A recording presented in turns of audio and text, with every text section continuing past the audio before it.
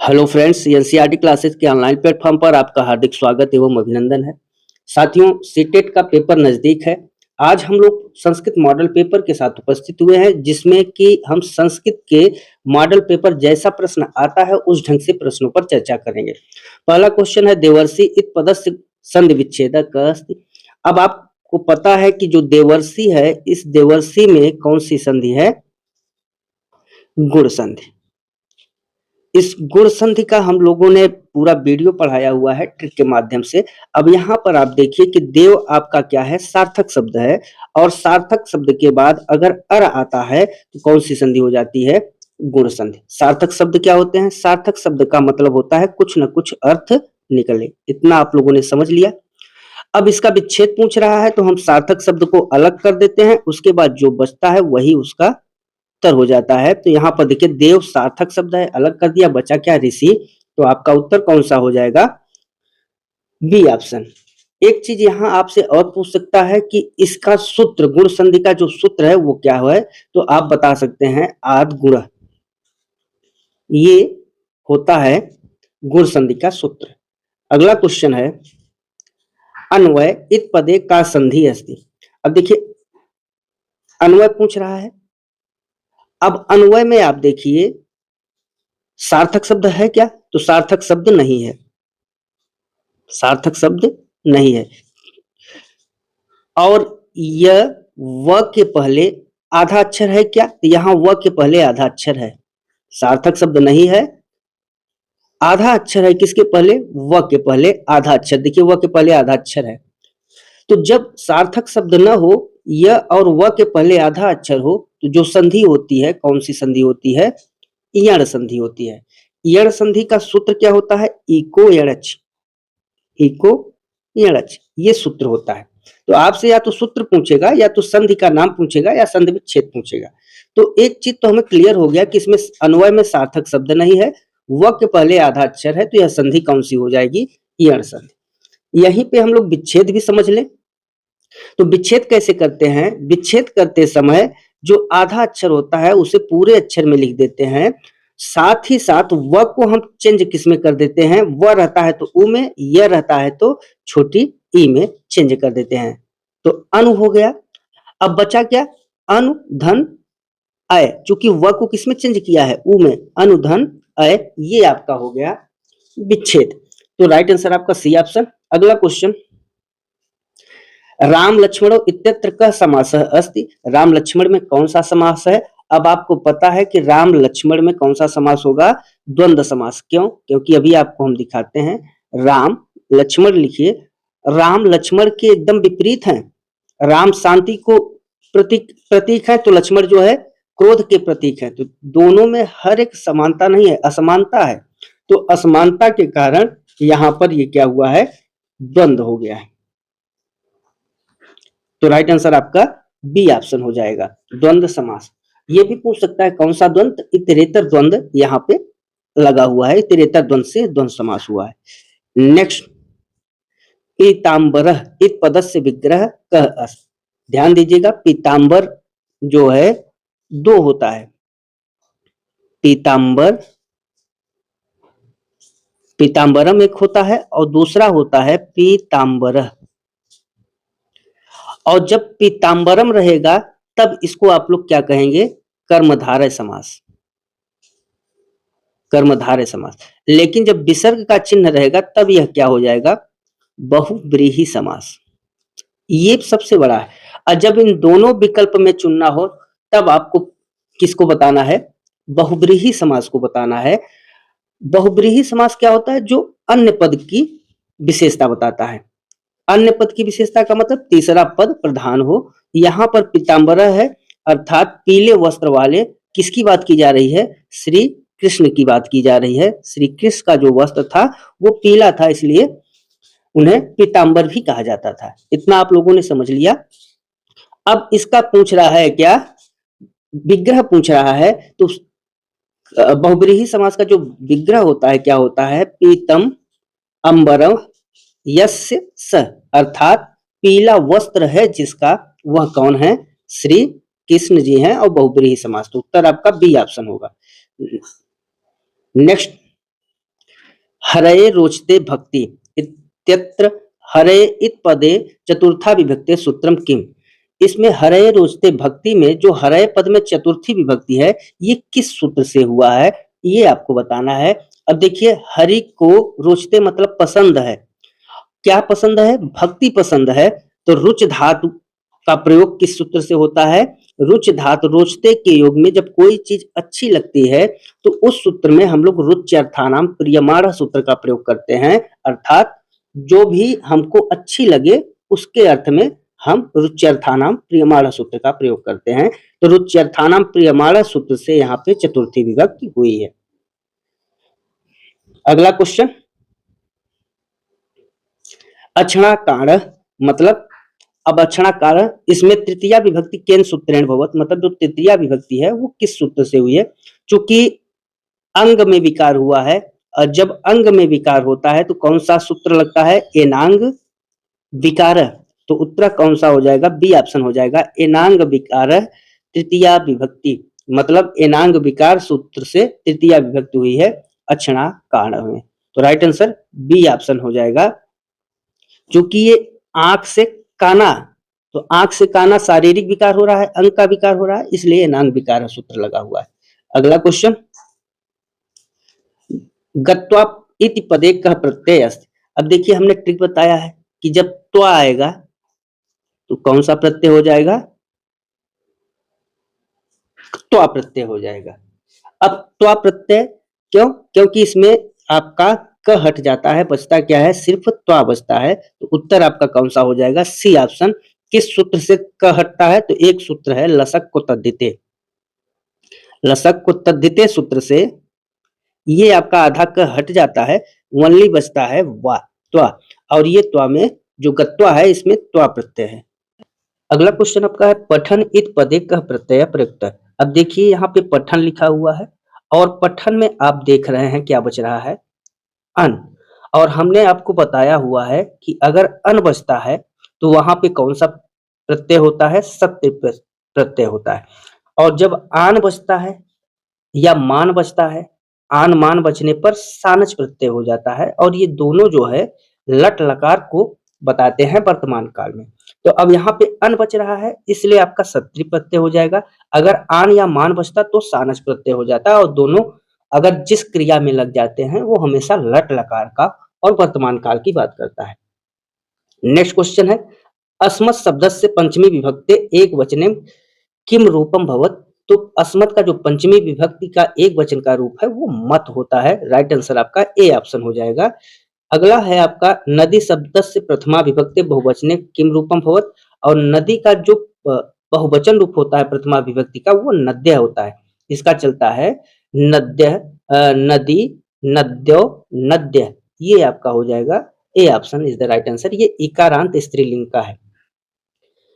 Next, पठ धातु लोट लकार से प्रथम पुरुष एक वचने किम रूपम भवत। अब देखिए, ये होगा आपका पठत, इसका चलता है पठत, पठताम, पठन। तो आपका राइट आंसर हो जाएगा बी ऑप्शन, क्योंकि यहाँ पे प्रथम पुरुष का एक वचन रूप पूछा है। पठत, पठताम, पठन, ये होता है इसका रूप लोट लकार का। नेक्स्ट, स्था धातु लिट लकार से प्रथम पुरुष एक वचने के रूपम भवत। स्था मतलब होता है बैठना, ठहरना।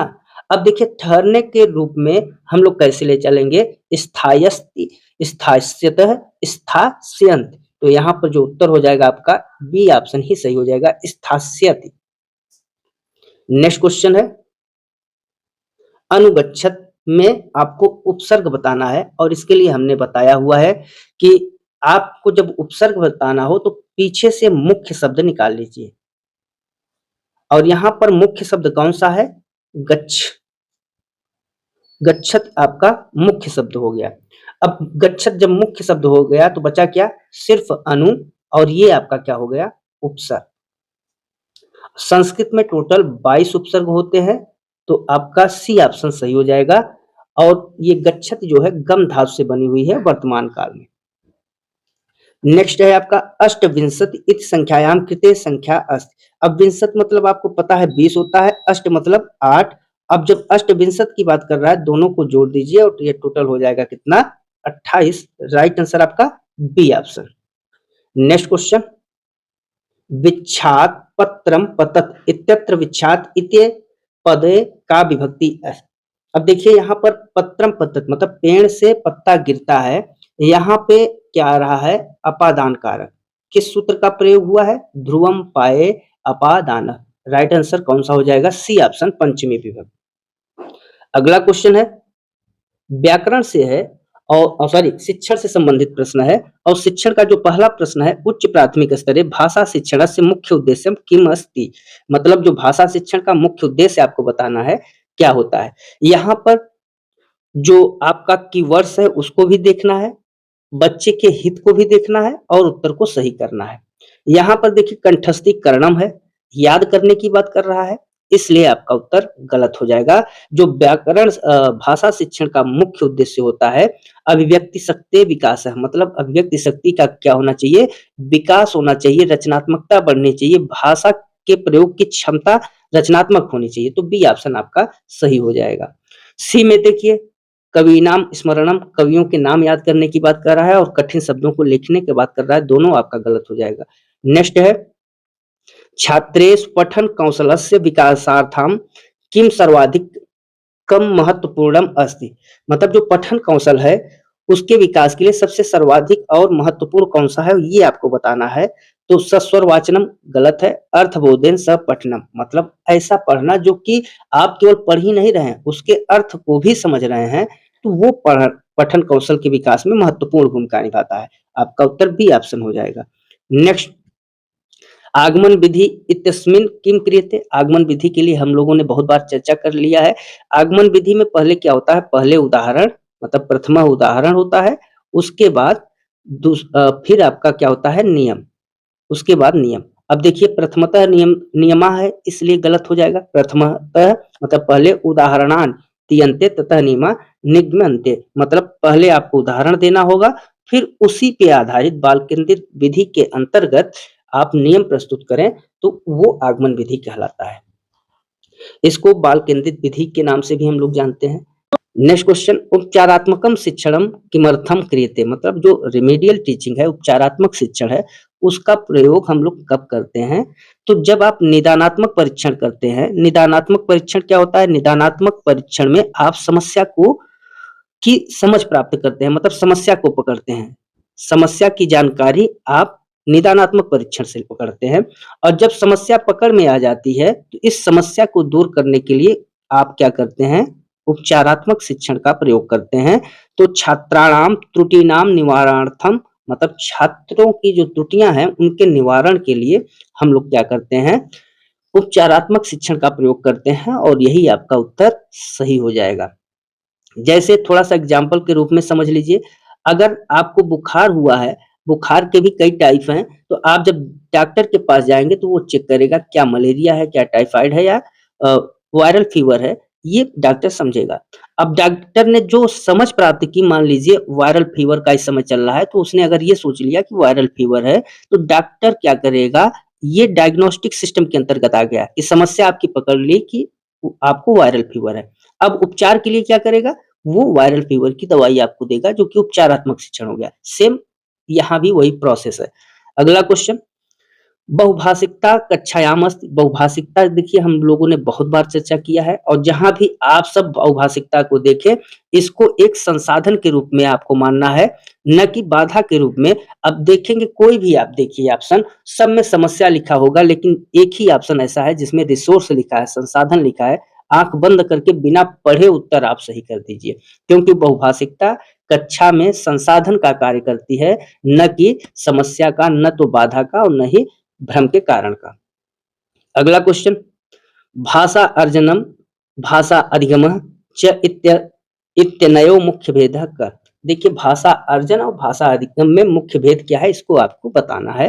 भाषा अर्जन क्या होता है, भाषा अर्जन एक स्वाभाविक और अचेतन प्रक्रिया के अंतर्गत आती है, मतलब कि ये आप प्राकृतिक वातावरण में इसे बहुत आराम से सीख सकते हैं, आप अपने घर में सीख सकते हैं, आपको कहीं जाने की जरूरत नहीं है, किसके लिए, भाषा अर्जन के लिए। लेकिन अधिगम के लिए आपको कहीं न कहीं किसी विद्यालय में जाना होगा या ऐसे जगह जाना होगा जहां आप जिस भाषा को सीखना चाह रहे हैं उसके लिए हमेशा एक शिक्षण संस्थान होता है, औपचारिक शिक्षण संस्थान होता है, ये बहुत जरूरी है। तो सबसे मुख्य अंतर क्या है कि अर्जन आप कहीं भी सीख सकते हैं किसी भी वातावरण में, लेकिन अधिगम के लिए आपको उस संस्थान में जाना होगा जो आपको अधिगम करना है, जो चीज सीखना है। तो भाषा सांदर्भिकता तथा सहजता, आपका यही ए ऑप्शन ही उत्तर हो जाएगा। अगला क्वेश्चन, संबंध कौशलान इति अभिप्रायः कः। अब देखिए संबंध कौशलान की बात कर रहा है, इंटीग्रेटेड स्किल, और इंटीग्रेटेड स्किल में आपके एक दूसरे से चार के चारों संबंध हैं। LSRW जो चार कौशल हैं, ये चार के चारों एक दूसरे से संबंधित हैं, इसलिए श्रवण, भाषण, पठन, लेखन कौशलानाम परस्परम संबंध रूपेण शिक्षणम, बिल्कुल ए ऑप्शन ही आपका उत्तर हो जाएगा। नेक्स्ट क्वेश्चन पर चलेंगे। सतत संग्राही मूल्यांकन से मतलब सतत जो आपका सीसीई है, सीसीई का मुख्य उद्देश्य बताना है। सतत एवं व्यापक मूल्यांकन इसको हम लोग हिंदी में कहते हैं, और इसका मुख्य उद्देश्य क्या होता है, बच्चे का संपूर्ण विकास। अब संपूर्ण विकास में केवल शैक्षिक विकास नहीं आता, इसको ध्यान दीजिएगा।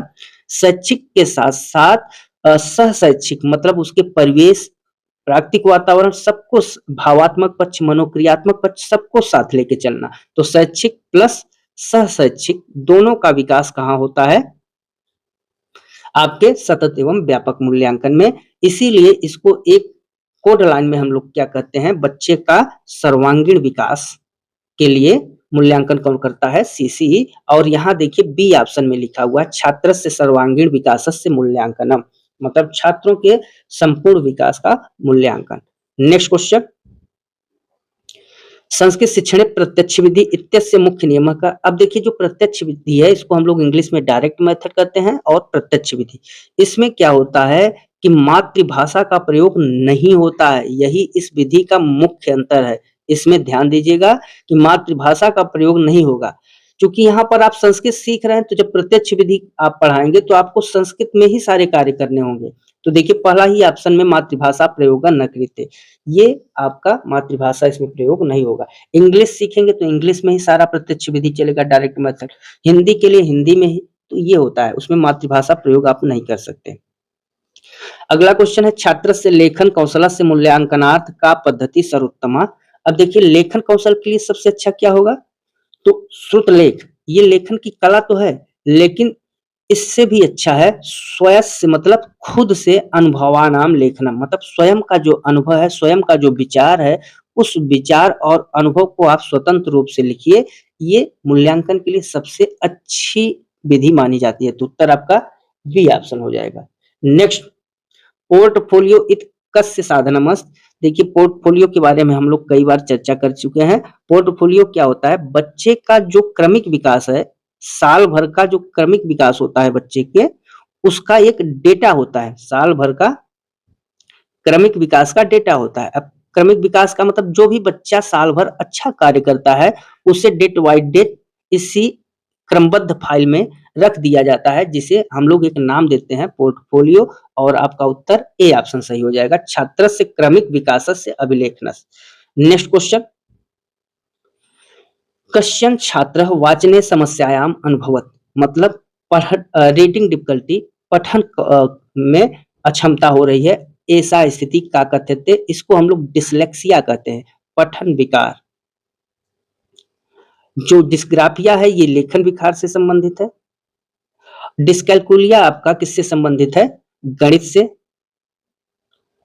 और अफिज्या जो है किससे संबंधित है, अफिज्या आपका भाषा क्षमता, जो भाषा आप पढ़ नहीं पाते उससे संबंधित है। तो आपका पठन विकार डिस्लेक्सिया फर्स्ट ऑप्शन सही हो जाएगा। नेक्स्ट क्वेश्चन, भाषा कक्षायाम कथा श्रवणम किमर्थम महत्वपूर्ण अर्थ। अब देखिए आप कथा को क्या कर रहे हैं, सुन रहे हैं, तो कथा सुनने में प्रसन्ना भवत, बिल्कुल प्रसन्नता तो होती है, लेकिन उसके साथ साथ छात्र की कल्पना शक्ति भी बढ़ती है, चिंतन शक्ति भी बढ़ती है, इन सब का विकास होता है। इसलिए सबसे अच्छा उत्तर आपका बी ऑप्शन है कि कहानी सुनने से जो मानसिक घटनाओं का चित्र बनता है छात्र के मस्तिष्क पे, उससे उनका चिंतन का विकास होता है, कल्पना का विकास होता है। तो बी ऑप्शन आपका सही हो जाएगा।